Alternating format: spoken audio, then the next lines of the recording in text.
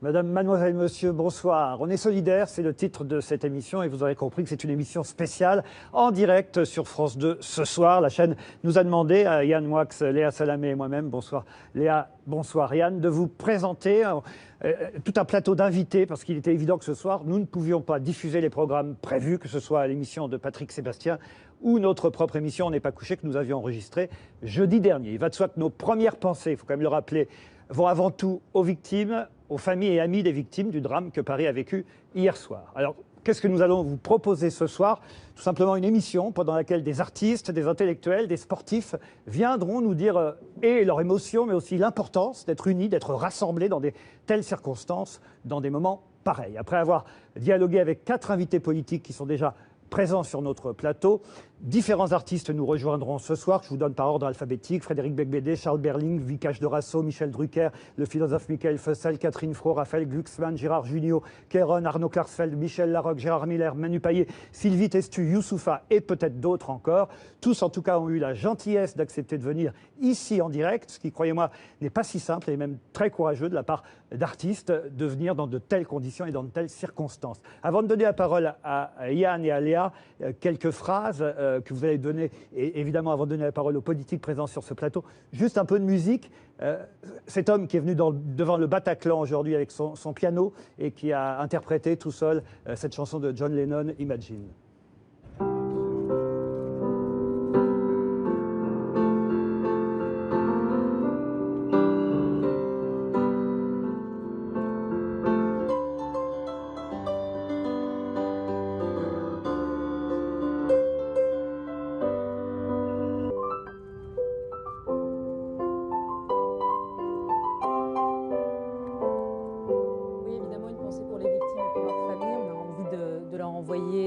Ce soir. On termine l'année 2015 comme on l'a commencé, dans le même état de sidération qu'au début de cette année avec les attentats de Charlie Hebdo et de l'hypercacher, de sidération, de tristesse et de colère aussi.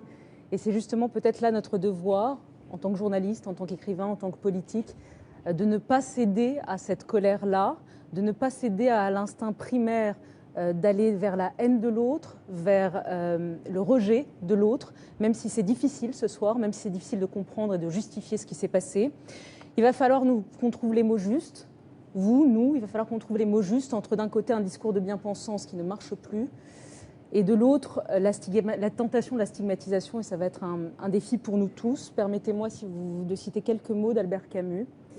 Chaque génération se croit vouée à refaire le monde. La mienne sait pourtant qu'elle ne le refera pas, mais sa tâche est peut-être plus grande. Elle consiste à empêcher que le monde se défasse.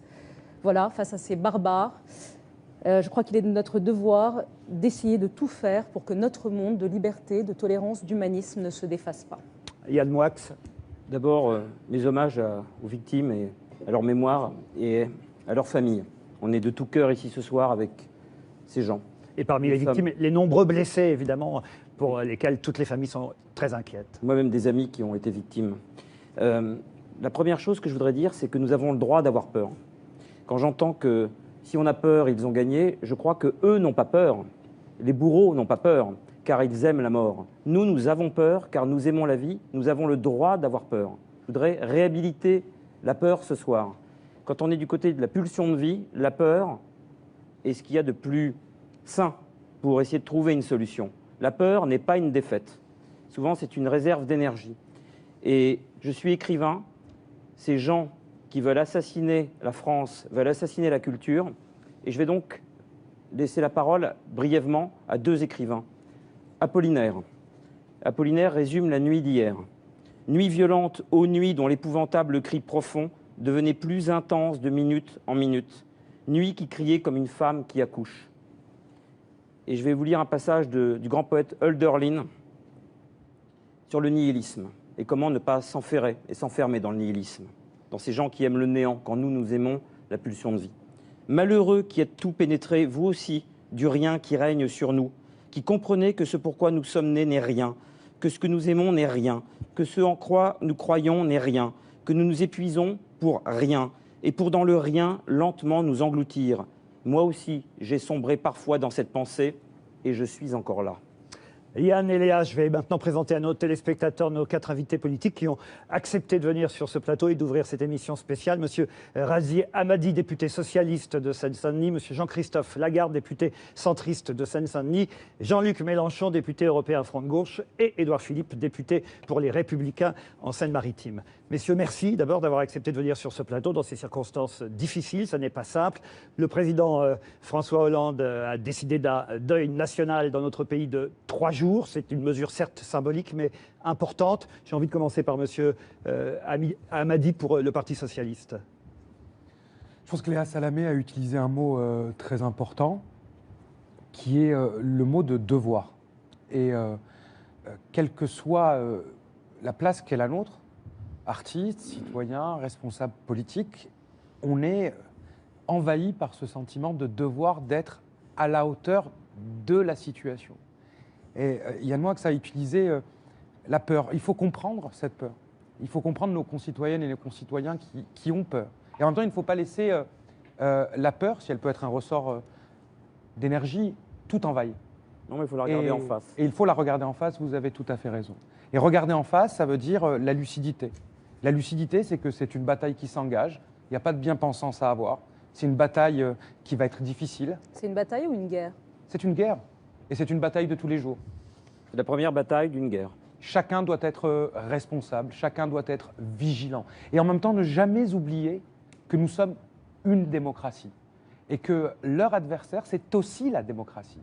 Et qu'en aucun cas, dans cette guerre, on doit négocier nos principes et nos valeurs sous prétexte de vouloir tendre vers l'infaillibilité, sachant que le risque zéro n'existe pas. Monsieur Hamadi, quand vous dites une guerre, ça veut dire que comme en 1870, comme en 1914, comme en 1939, on peut employer le mot de guerre aujourd'hui? Nous sommes face à un adversaire qui est devenu très puissant. C'est un adversaire qui, aujourd'hui, est présent sur un territoire qui est l'équivalent d'un pays. C'est un adversaire qui, en Irak et en Syrie, chaque jour, bénéficie de plusieurs milliards d'euros et de dollars suite aux puits de pétrole auxquels il a accès et un certain nombre de commerces mafieux sur lesquels il a la main.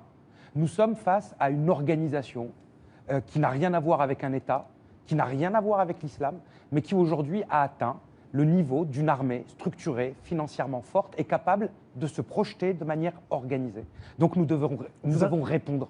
Je vous interromps, monsieur Hamadi, on va vous redonner la parole très vite, mais juste un mot de chacun, monsieur Jean-Christophe Lagarde. À propos de cette guerre, puisqu'on peut employer ce mot, vous avez dit la clé pour la gagner, cette guerre, c'est d'être tous rassemblés. Évidemment, c'est un mot qui revient dans toutes les bouches depuis 24 heures. Rassembler, c'est le moment de l'être tous, c'est important. C'est évidemment le moment de l'être. Je crois d'abord que c'est l'envie profonde du peuple français. Vous avez dit tout à l'heure, le deuil national, c'est symbolique. Non, c'est pas symbolique. C'est le premier réflexe qu'une nation, qu'un peuple, le nôtre, a, se sentant à la fois agressé, apeuré, impuissant et avec une envie de réagir. Et cette envie de réagir, elle se manifestait, on le voyait dans des reportages, par les bougies, par les fleurs, par les dons du sang qui affluaient ce matin. Cette envie de réagir d'abord parce que nous avons nos morts, les morts de la France, les morts pour la France, nos blessés qui sont entre la vie et la mort, celles et ceux qui hier étaient, et on a tous eu des témoignages, et qui sont encore traumatisés, leur entourage qui demandait cet après-midi encore, des gens qui ne savaient pas, qui n'avaient pas de nouvelles de leurs proches. C'est d'abord ce temps-là que nous devons vivre ensemble. J'oserais presque dire communier, ça n'a rien de religieux, communier nationalement ensemble. Et donc le deuil national, il sert à ça. Et c'est vrai que cette période de deuil national, elle ne doit pas nous empêcher de reconnaître la peur. Mais la peur, elle peut avoir deux effets. Soit paralyser, tétaniser et nous changer, soit nous déterminer. Et la question qui est ouverte devant la nation française, c'est que cette peur, elle nous détermine, qu'elle nous détermine à changer et qu'elle nous détermine à une chose, accepter ce que malheureusement nous n'avons manifestement pas accepté en janvier, qu'on nous fait la guerre. Nous ne voulons pas la guerre. Nous sommes ici la première génération qui a eu la chance de ne pas vivre de guerre par rapport à nos parents, nos grands-parents, nos arrière-grands-parents. Pardonnez-moi, on l'a fait la guerre. On ne veut pas la guerre, mais on l'a fait dans certains pays. On est membre d'une coalition qui va faire la guerre aujourd'hui. Je comprends parfaitement l'idée que en Syrie, en Afrique, en Centrafrique, je comprends parfaitement au Mali. l'idée que vous avancez, mais la réalité, c'est que vous dites on ne veut pas la guerre. Le peuple français aujourd'hui ne se vit pas en guerre. Et lorsque nous avons été attaqués au mois de janvier dernier, sur notre propre territoire, et malheureusement hier encore, Je pense qu'il y a une conscience. Ce que veut dire Léa, monsieur, c'est que du point de vue des terroristes, nous leur avons déclaré la guerre. D'accord. D'abord, je ne pense pas que ce soit nous qui leur ayons déclaré la guerre, parce que C'est pas ce que je voulais dire. les otages on est en français, réaction. les otages français ou autres occidentaux qui se faisaient égorger par ces hommes habillés et avec le couteau. Je pense que c'était c'est pas une tout à fait réaction. nous. C'est eux qui Et nous ont donc, déclaré la guerre. mais C'est une réaction. c'est pas ça. Le sujet, c'est un système de valeurs. Vous l'avez dit tout à l'heure, il y a un système de valeurs nihiliste qui s'attaque à ce que nous sommes tous collectivement. La République, avec ses valeurs de liberté, d'égalité, de fraternité, avec son exigence de laïcité qui permet à chacun de croire ou de ne pas croire sans rien imposer à l'autre, avec la place de la femme dans la société. Cette guerre-là, c'est une guerre idéologique qu'ils poursuivent par des moyens militaires, et il faut que nous acceptions de la faire, et pas de faire semblant.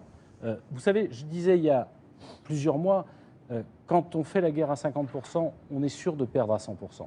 Et on a besoin aussi bien de la mobilisation des Français, de chaque citoyen, ici, comme dans toutes les guerres. L'arrière, si j'ose dire, ceux qui ne sont pas directement au front, c'est aussi important que ceux qui s'y trouvent. Et puis aussi, pardon, d'une phrase, monsieur Ruquier, d'accepter aussi que si on nous attaque avec autant d'efficacité, d'entraînement, de sang-froid, de coordination, c'est d'abord et avant tout parce qu'il y a des sanctuaires en Syrie ou en Irak, d'où on prépare ces attaques. Et il faudra évidemment qu'on soit maintenant déterminé à faire en sorte que ces sanctuaires n'existent plus. Monsieur Édouard Philippe, proche d'Alain Juppé pour les Républicains. On a vu Monsieur Juppé tout à l'heure auprès de Laurent Delahousse avec Madame Anne Hidalgo, maire de Paris, tous les deux appelés à la concorde nationale. Évidemment, vous aussi, vous allez réitérer ce genre de propos. Est-ce que ça va durer, cette unanimité ?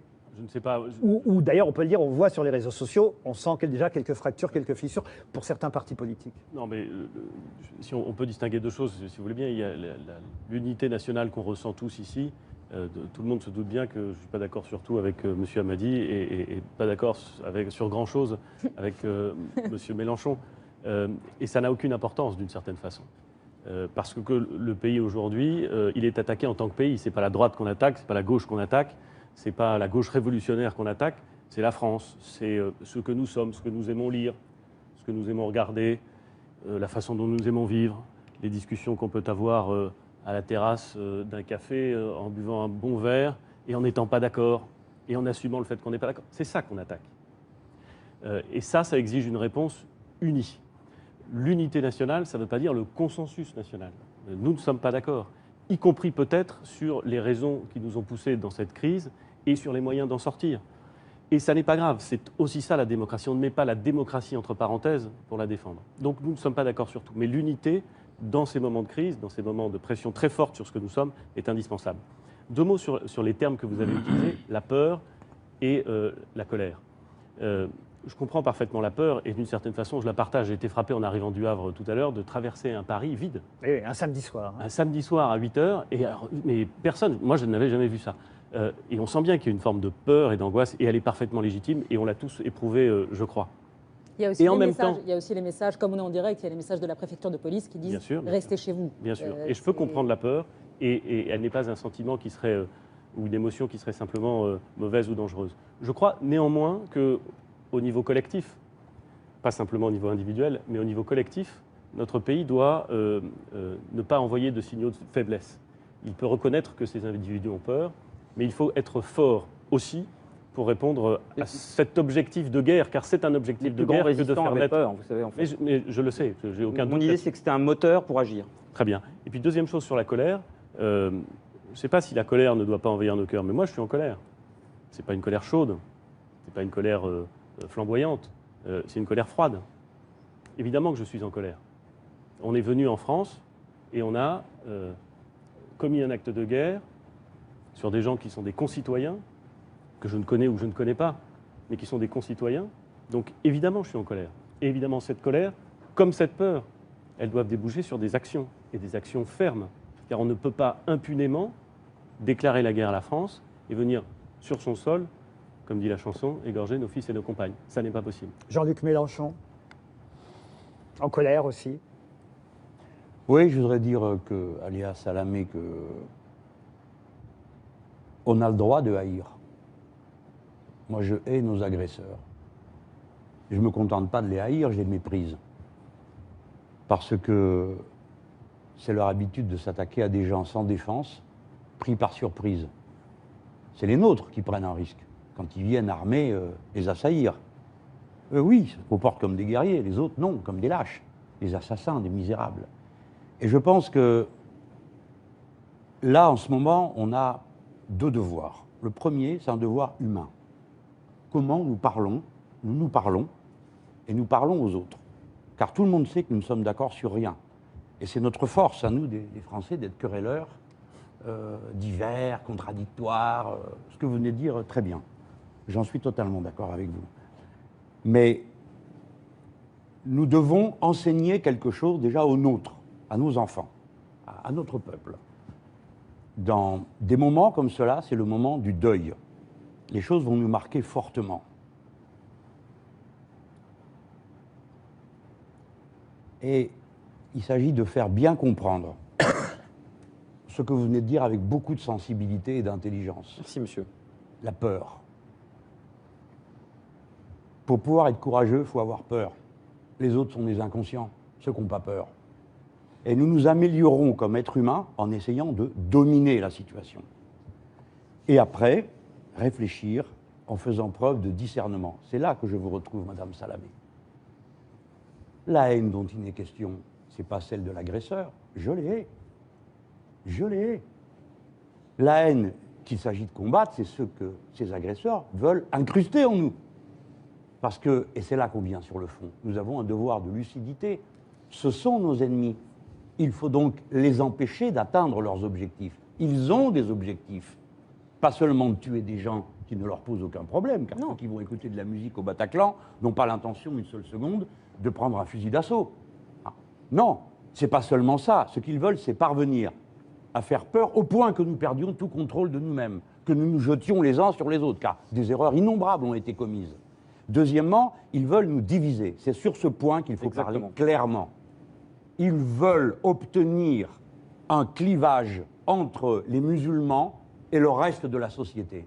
Ils veulent importer leur vision du monde manichéenne et sectaire. Et ça a été théorisé. Et il faut dire avec force, l'islam n'a rien à voir avec ça.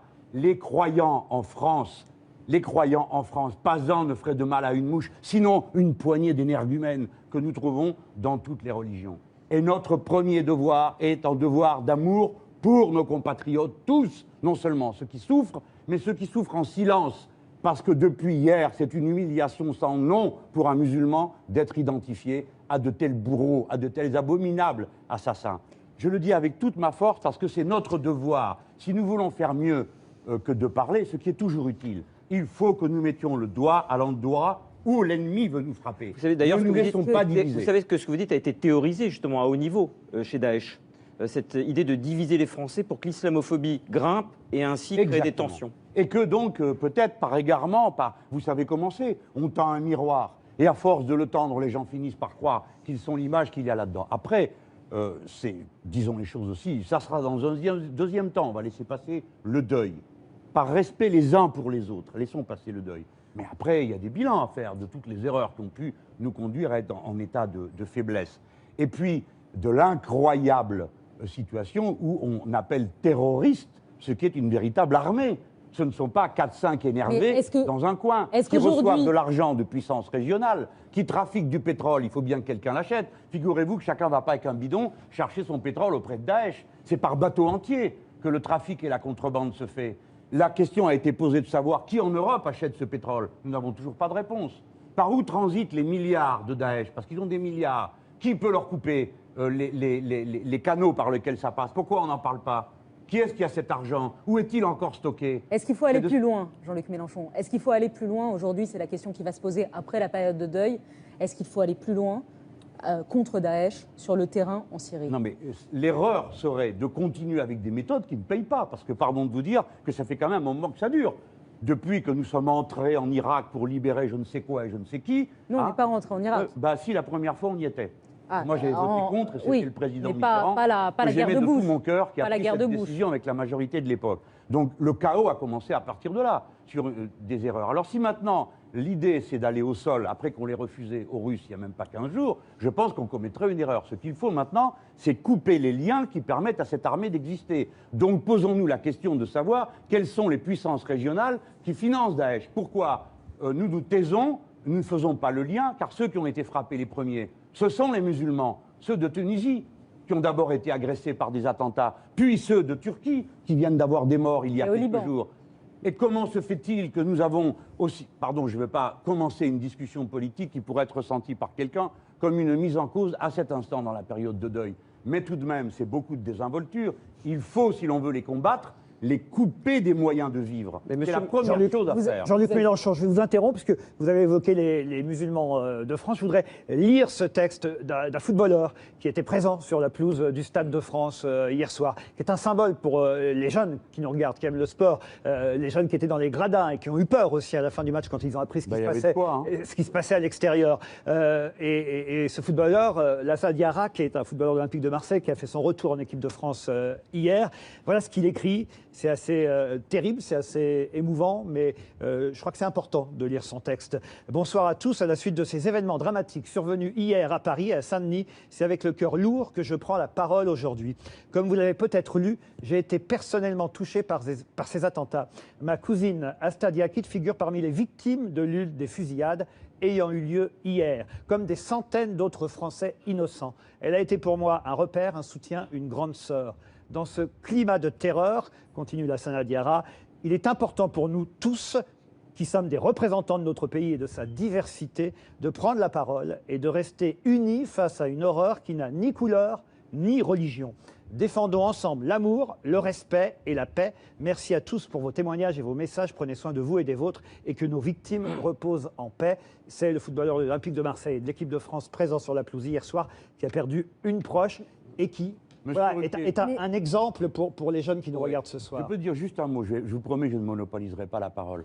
J'ai entendu des gens me dire, mais ce que tu dis, c'est du bisounours.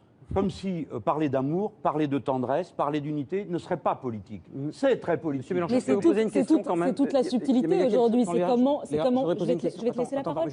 C'est comment varier entre ça, entre ce discours de tolérance et d'ouverture, et aussi nommer les choses, Monsieur Mélenchon, parce qu'il y a aussi des problèmes. Il y a aussi des problèmes avec les musulmans en France. Il faut aussi dire les choses. Monsieur Jean-Christophe Lagarde voulait réagir. Oui, Monsieur Ruquier, il y a en l'occurrence un front, la guerre qu'on nous fait. Et en réalité, il y a deux fronts. Il y a le front à l'intérieur.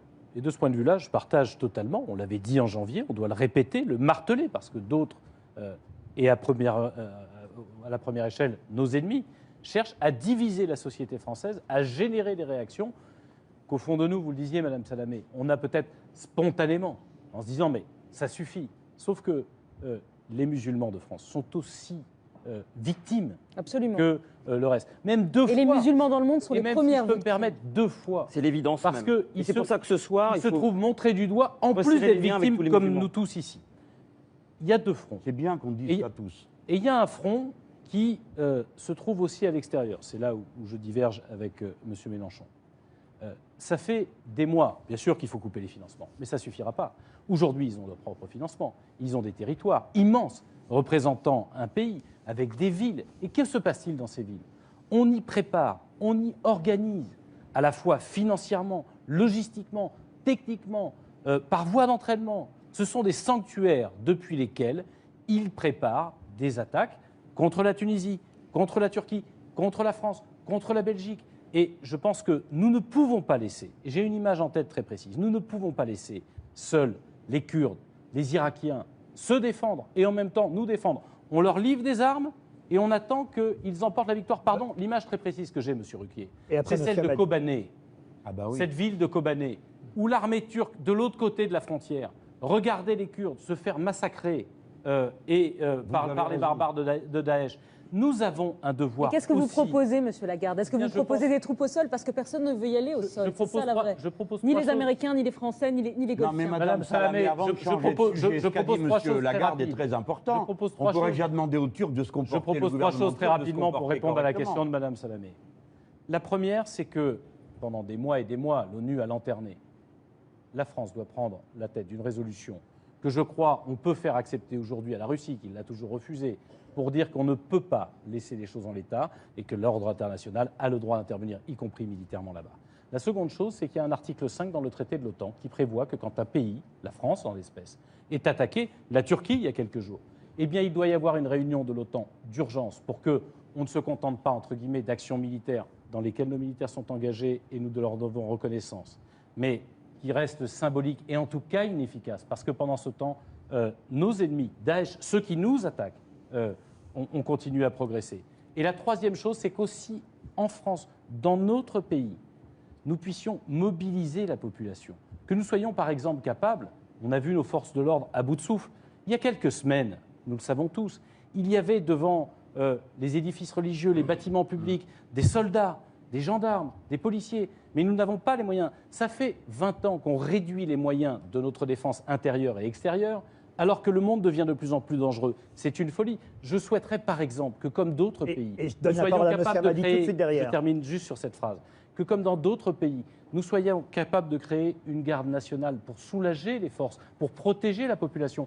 Pardon, toutes celles et tous ceux qui ont envie de réagir aujourd'hui seraient aussi capables de participer à notre défense civile. Ça s'est déjà vu dans notre histoire, quand on a connu des guerres. Ça s'appelait la garde nationale. Exactement, c'est ce que je viens de la dire. garde nationale. Et parce que nous avons, et je l'ai le premier, une culture de paix, et bien sûr que la paix c'est mieux que la guerre, mais nous n'avons pas choisi la guerre. On nous l'a fait, prenons la culture de nos parents, de nos grands-parents, armons-nous, y compris à l'intérieur, pour nous défendre. Monsieur Hamadi. Bon, je crois qu'il y a des mesures qui sont attendues. Il y a des annonces peut-être qu'on voudrait entendre. En même temps, on doit tous être capables d'avoir une forme de rigueur et de discipline républicaine. En ce sens que demain, le président de la République vraisemblablement recevra l'ensemble des chefs de parti, notamment pour recueillir ce que peuvent être leurs propositions, comme les vôtres. Front National compris. Y compris. Je les ferai demain, évidemment, au président de la République, Voilà. c'est naturel. Et en même temps, il va falloir aussi faire une pause sur ce que l'on appelle l'instantanéité. C'est un combat qui va être long.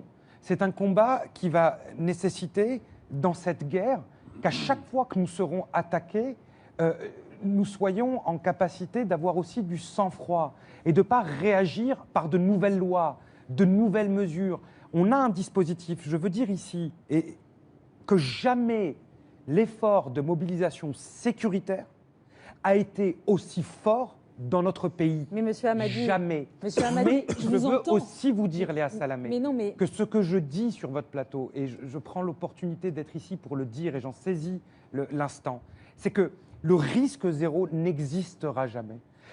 J'entends ici ou là ceux qui disent pour régler le problème, il suffirait de rétablir Mais des je crois que cette frontières. phrase, excusez-moi, monsieur Hamadi, mais cette phrase est un peu démodée maintenant. On est C'est-à-dire d'accord. qu'on est passé de vivre avec une menace terroriste à une phase où maintenant on doit vivre avec une réalité terroriste. Tout à fait. Donc le risque zéro, c'est Avec un une discours, guerre, monsieur. excusez-moi, qui me paraît obsolète. Avec une guerre. Car nous sommes pas maintenant seulement une plus menace. dans l'histoire du risque zéro, nous sommes presque dans un risque permanent. Nous sommes dans un risque permanent. Qui est plus proche peut-être Nous de sommes, l'infini que nous de zéro. sommes dans un risque permanent. Mais Laurent, il y a une question que je voudrais poser depuis un Allez-y, petit Anne moment, Wax. parce qu'il y a beaucoup de gens, de téléspectateurs qui se la posent. Est-ce qu'on peut dire, parce que M. Mélenchon a parlé de deux fronts tout à l'heure, qu'il y a un front, je résume un peu brutalement, d'amateurs, c'est-à-dire des loups solitaires qui se forment eux-mêmes sur Internet, et un nouveau front mélangé au premier, qui est un front de professionnels?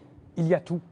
Il y a à la fois le déséquilibré qui va se saisir à un moment donné de fragments dans l'univers numérique, puis il peut être instrumentalisé, y compris par le biais numérique. On a vu ça récemment avec une parlementaire et quelqu'un qui voulait passer à l'acte, et qui d'ailleurs s'était livré lui-même aux autorités, mais qui avait préparé. Et vous pouvez avoir des organisations militaires, telles que celles que nous avons eues, Mais avec aujourd'hui, une c'est coordination. plus ça. Il y a avec... plus, pardonnez-moi, Donc- on le sait aujourd'hui qu'il n'y a plus de loups solitaires, que ce sont en tout cas ce qui s'est passé hier, ce sont Tout des est- actions organisées. tous ces Ils ont la profils, capacité de C'est des s'organiser, de s'entraîner. organisées, coordonnées et tous ces profils. avec, comme l'a dit François Hollande, avec des influences extérieures. Tous ces profils sont disponibles. Et je crois que ce qui est dit ce soir sur votre plateau, c'est qu'on peut avoir des débats. On peut avoir des divisions, et c'est bien normal, c'est ça la démocratie. C'est-à-dire que eux, ce qu'ils voudraient tuer, c'est aussi ça. Parce que l'unité, ça n'est pas l'unanimisme. Mais par contre, il y a quelque chose qui nous rassemble et qui est essentiel. C'est justement la République. Et après ce sera monsieur C'est-à-dire Édouard que Philippe. quelles que soient les origines, quelle que soit la religion, quelle que soit la couleur, il y a quelque chose qui fait qu'on est français et qui doit être plus fort que tout, quel que soit le type de réaction qu'on aura. Vous avez raison, Monsieur Hamadi, et c'est un peu l'idée c'est ce qu'on a envie de transmettre en tout cas ce soir, parce que comme l'a dit M. Mélenchon, on est dans une période de deuil. Mais puisque vous avez parlé des moyens du renseignement, c'est la question que j'ai envie de vous poser à Édouard Philippe. Vous avez dit on n'a jamais été aussi fort au niveau des moyens de renseignement. C'est vrai qu'après les attentats de Charlie Hebdo, il y a eu cette loi Cazeneuve sur le renseignement qui a été votée. C'est vrai qu'il y a eu un renforcement des moyens de renseignement, 2600 agents dédiés au renseignement. Il y a eu des moyens qui ont été mis. Il y a eu toute une série de choses qui ont été faites et pourtant, on se retrouve vendredi, hier, avec des attaques coordonnées et presque 150 morts, 130 morts ce soir. Et donc, on peut se poser la question, est-ce qu'on doit aller encore plus loin? Et qu'est-ce qu'on doit faire de plus? Est-ce que c'est une question d'argent? Est-ce que c'est une question de moyens? Est-ce que c'est une question de formation des gens du renseignement? Est-ce qu'aujourd'hui, il n'y a pas une question aussi à se poser sur les gens du renseignement? Est-ce qu'il faut qu'ils ne soient pas plus jeunes, plus meilleurs sur les technologies et surtout plus arabisants? Est-ce que aussi on c'est un drame qui nous touche, qui fait que le débat est ouvert. Je complète votre question, Léa, puisque je donne la parole à M. Édouard Philippe, et que justement chez les Républicains, et elle y est encore, Nadine Morano a réclamé même la démission là aujourd'hui du ministre de l'Intérieur Bernard Cazeneuve. Une réaction là-dessus et une réponse à ce que vient de dire Léa Salamé? Non, pas de réaction sur cette remarque de Nadine Morano, et plutôt un soutien aux autorités, parce que nous sommes dans une période de deuil. Et de deuil national, et parce que je ne crois pas qu'on relancerait efficacement les immenses missions qui sont devant nous en demandant la démission de tel ou tel. Vraiment, ce n'est pas du tout mon idée. Je crois que dans cette histoire, on paye, on peut se le dire, et d'ailleurs tout le monde le sait, on paye des erreurs, des absences, des erreurs d'analyse, des refus, peut-être aussi des lâchetés qui sont anciennes et qui sont répétées.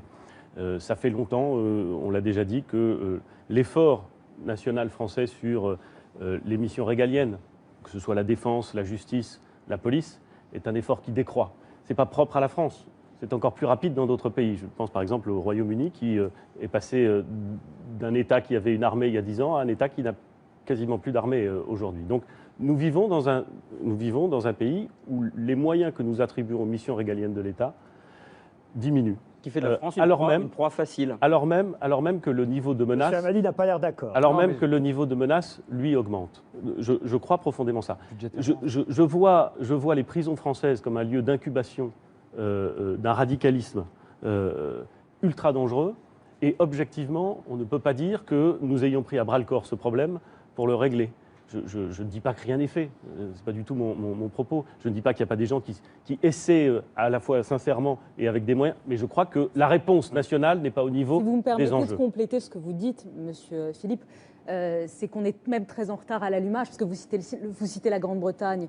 Mais la Grande-Bretagne, il y a 10 ans, ils ont mis en place des programmes de déradicalisation et de désislamisation. L'Allemagne également, il y a 10 ans. Le Danemark, c'était en 2007. La France, vous savez quand est-ce qu'elle s'est réveillée? Elle s'est réveillée il y a 2 ans. Récemment. Je voudrais juste terminer. Il ne faut pas poser un mauvais diagnostic, parce que l'essentiel des gens qui sont aujourd'hui en prison, incriminés pour des faits d'action terroriste, sont des gens qui n'ont jamais mis les pieds en prison avant. Mais c'est pas Il faut cela juste qui le m'inquiète. savoir quand même. Monsieur Radzi Amadi et Jean-Luc Mélenchon. Je voudrais juste terminer sur les erreurs qu'on paye.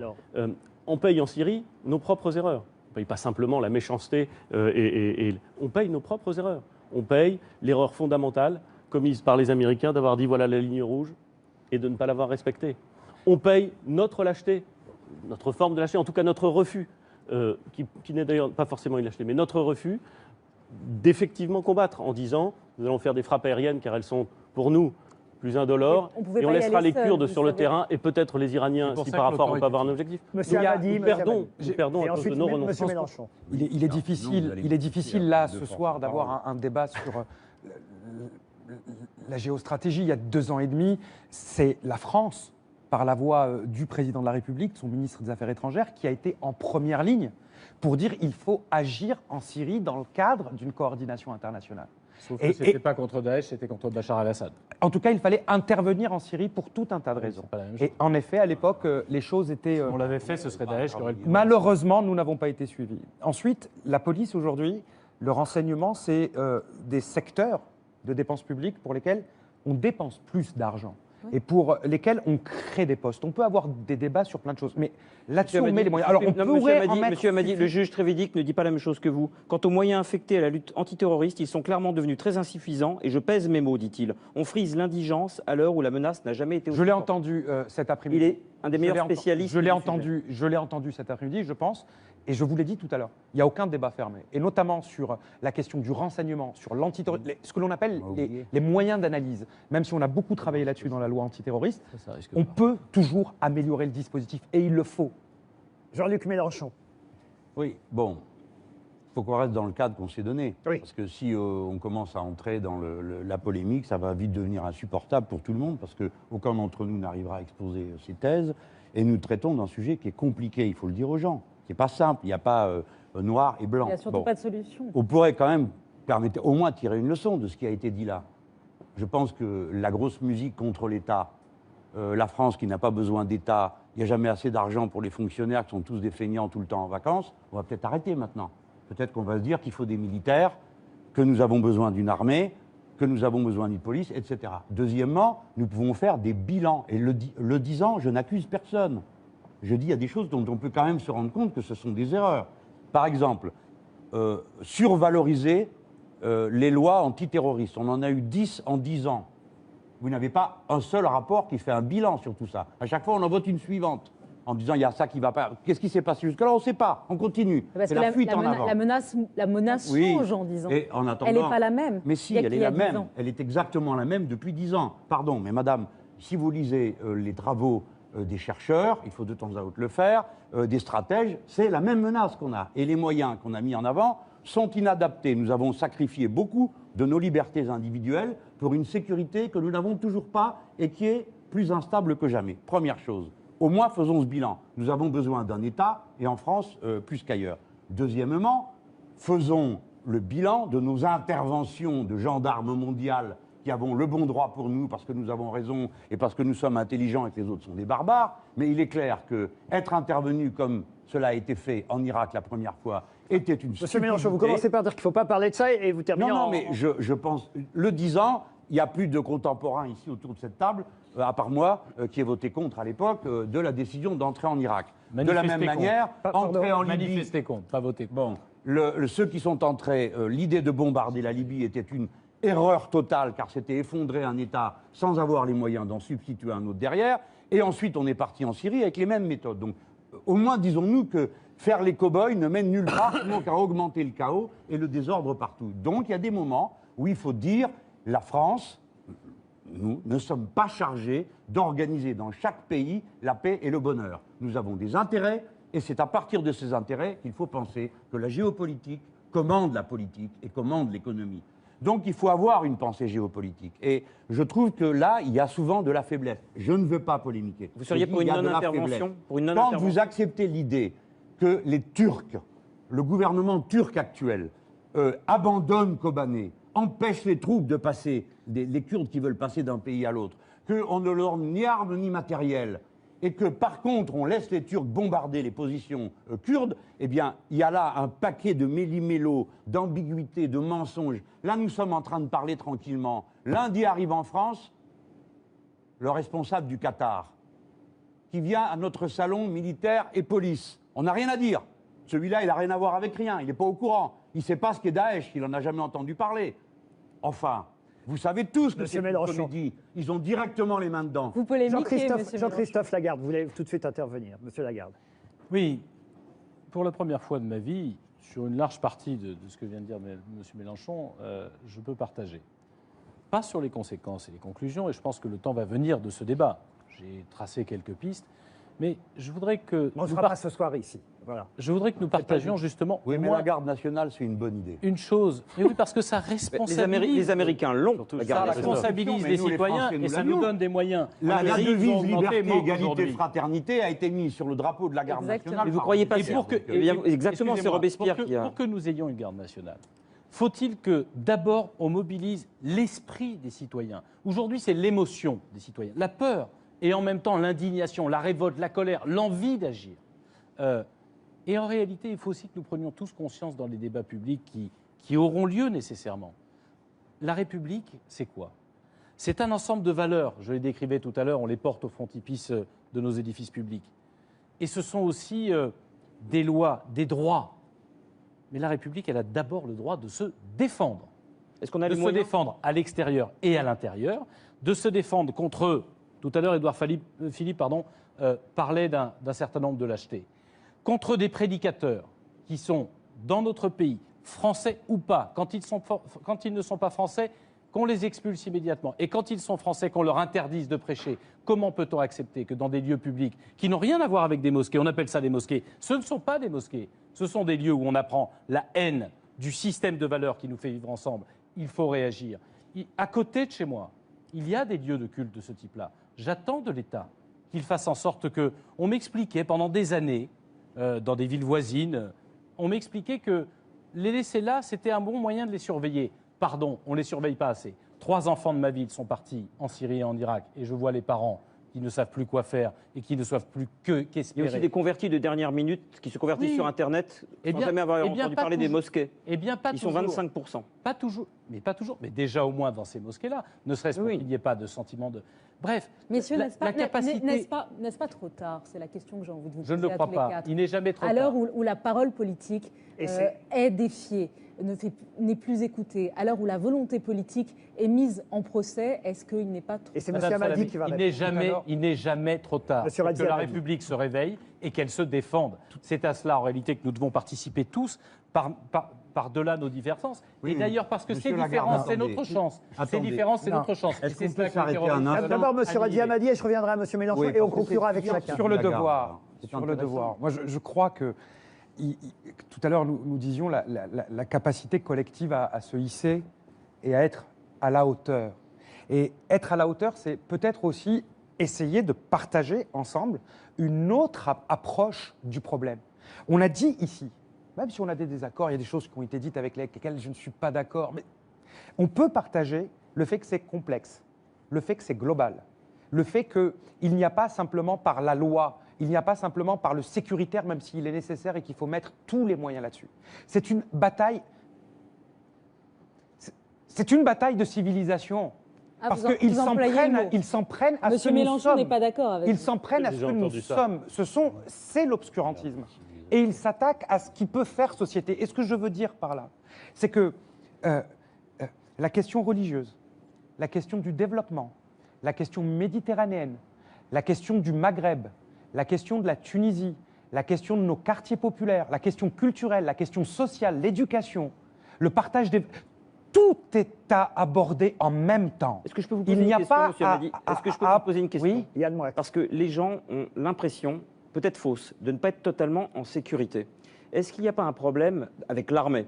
Je vous dis ça très simplement parce qu'on a parlé tout à l'heure des différentes guerres. Le point commun entre 1870, 1914 et 1939, c'est que l'armée française avait vécu sur ses acquis et n'était pas prête. Est-ce qu'on peut dire aujourd'hui... Non mais la question est franche. Il y Il y avait a un pas... problème militaire en France. Il n'y avait pas que cela. Dans la déroute de 39, vous le savez comme moi, De Gaulle avait émis un certain nombre de remises en cause de ce que devait être la stratégie militaire française. À Les l'époque, budgets militaires à sont l'époque, il faibles. n'avait pas été entendu. Je crois qu'aujourd'hui, en termes de stratégie, on a des livres blancs qui sont discutés, débattus. Je ne peux pas laisser dire ça sur ce plateau. On a une capacité de projection. L'armée française est une des meilleures armées du monde. Les budgets sont faibles. Et nous intervenons dans un certain nombre aujourd'hui de théâtres, en parallèle, par les airs, par la mer et sur le sol. Pas la bonne chose. Léa Salamé. Mais ça ne peut pas être la seule Moi, j'ai- Et on solution. conclura avec nos Ça serait une invités erreur politiques. de dire que par a les dit que armes, c'était la nous seule. allons régler le problème. C'est un des leviers. Mais il faut mettre tous les leviers sur la table et être en capacité de discuter avec nos concitoyennes et nos concitoyens en leur disant que la bataille, elle est de longue haleine et qu'elle est complexe.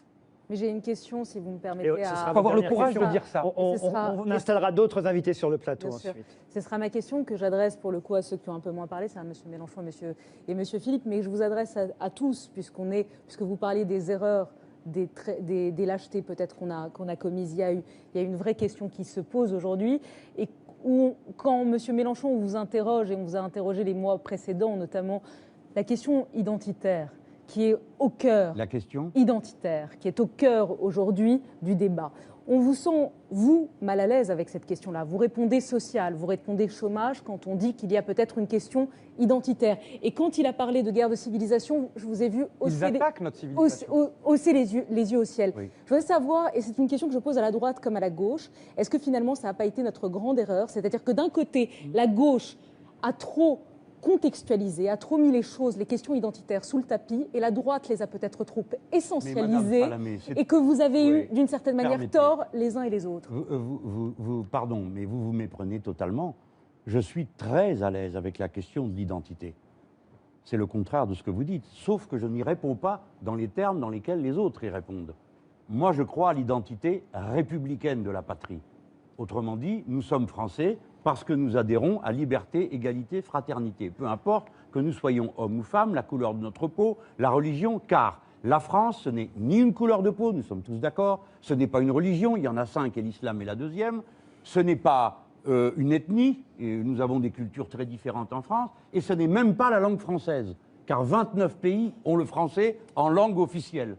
Par conséquent, ce qui nous constitue comme Français, c'est un territoire, des droits, des lois auxquelles nous nous soumettons tous, puisque nous les décidons tous. Donc, en quoi suis-je français? Je le suis parce que je suis républicain. Et la solution à nos problèmes, bien sûr, comporte un volet militaire, mais la solution à nos problèmes, c'est la République. Et la République, comme l'a dit M. Lagarde, vous voyez qu'il se produit des choses étranges sur ce plateau ce soir, la République n'est pas un régime neutre.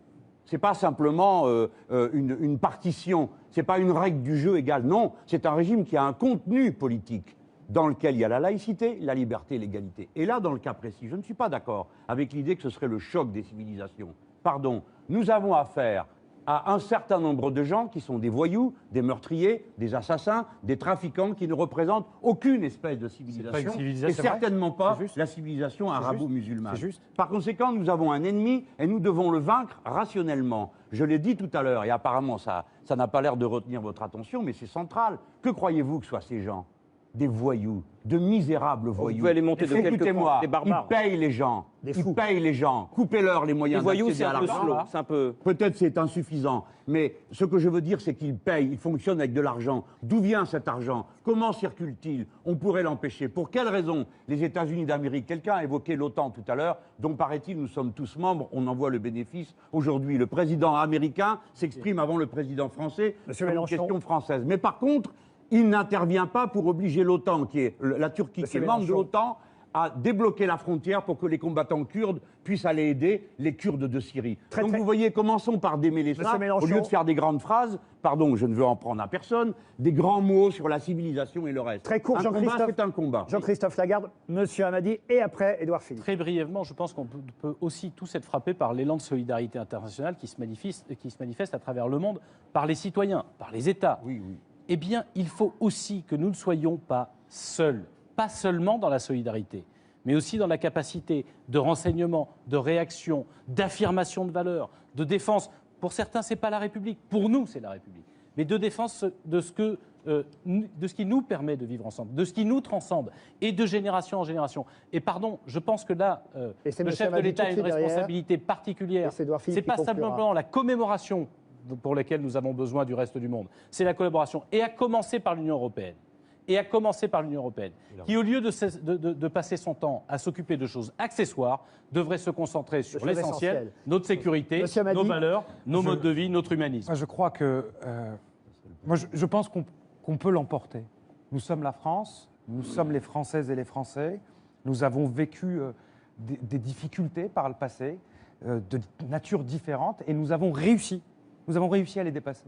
Je pense qu'on peut y arriver. Mais il y a des conditions à cela. Il y a le fait qu'il n'y a pas de solution simple et il faut l'accepter. Il n'y a pas de simplisme, de slogan, de haine de l'autre, où c'est de la faute à l'autre, c'est de la faute à l'autre pays, c'est de la faute à l'Europe, c'est de la faute à je ne sais qui, parce qu'il va falloir l'Europe. On ne va pas y arriver tout seul. Hier, ceux qui sont tombés, nos frères, il y avait des Français, mais il y avait aussi des jeunes Européens. Il y a 2 jeunes filles tunisiennes. On a attaqué la France. C'est la France qui a été visée. Mais ce sont des enfants qui sont tombés hier, qui sont issus aussi d'autres pays. C'est l'humanité qu'on a attaquée. Donc, on ne peut pas dire c'est complexe, c'est difficile. On a une armée terroriste face à nous. Ils ont des milliards. Et dire on va y arriver tout seul. On aura besoin, on va avoir besoin des Turcs. On va avoir besoin d'un certain nombre de pays du Golfe. On va avoir besoin d'un certain pays, de la coordination avec les pays du pourtour méditerranéen. Plus que jamais. Messieurs, on n'y arrivera pas sinon. On a essayé d'équilibrer à peu près le temps de parole. Monsieur Édouard Philippe va conclure pour vous quatre. Oui, beaucoup de gens ici ont dit qu'on était en guerre, et c'est vrai qu'on est en guerre. On est en guerre contre quelque chose qui n'est pas un État. Et ça rompt toutes les analogies qu'on pourrait faire sur 1870, 1914 ou 1940. Nous sommes en guerre contre quelque chose qui n'est pas un État. Nous sommes en guerre contre quelque chose qui n'est pas une civilisation. Ce n'est pas un modèle. Et est-ce qu'on peut dire qu'on est l'ennemi absolu et prioritaire de ce quelque chose ? Probablement. Notre problème n'est pas notre identité. Moi, j'ai aucun problème avec mon identité et j'ai aucun problème avec l'identité de la France. Manifestement, le problème, c'est pour eux. C'est notre identité qui leur pose un problème. Donc nous sommes dans une guerre qui, parce qu'elle est radicalement différente de celle que nous avons connue, nous impose de nous déplacer, d'imaginer des solutions nouvelles. Et je pense que, en termes de moyens, peut-être en termes d'instruments juridiques, mais je crois surtout en termes de moyens financiers et humains, en termes de préparation, en termes de mobilisation, peut-être même en termes d'appréhension de la géopolitique, nous devons nous préparer. Il y a une chose qui me frappe beaucoup, c'est que nous devons savoir ce que nous voulons, qui nous sommes et ce que nous voulons. Et une des choses qui me frappe dans le débat actuel, c'est que bien trop souvent, nous sommes capables de dire ce que nous ne voulons pas, et assez peu de dire ce que nous voulons. Par exemple, dans nos relations avec nos alliés. Qui sont nos alliés ? Et que voulons-nous avec nos alliés ? Et à quoi sommes-nous prêts dans nos relations avec nos alliés, avec les Allemands, avec les Anglais, avec les Italiens, avec les Américains, peut-être avec les Russes, qui sont plus des partenaires que des alliés. Avec les Turcs. Peut-être avec les Turcs, qui sont beaucoup moins que des alliés et peut-être des partenaires. Avec les Saoudiens. Avec les monarchies et les principautés du Golfe. Que voulons-nous ? À quoi Et cette question-là, pardon, mais elle n'est pas posée, pas tranchée, et il n'est pas possible de nous envisager un futur en tant que nation si nous ne savons pas ce que nous voulons. Parce que nous n'avons pas de stratégie aujourd'hui, et c'est ça qui fait défaut, à la fois à la France, mais à l'ensemble de l'Union européenne et de nos alliés. Et de suivre les Nord-Américains. C'est ce que j'appelle, M. Mélenchon, un défaut de stratégie. Alors là, c'est de l'atlantisme, ça, c'est d'accord. toute l'Europe. on ne va pas réentamer ce débat. Merci à tous les quatre d'avoir accepté notre invitation, d'avoir dignement répondu aux questions de Léa et d'Yann Moix.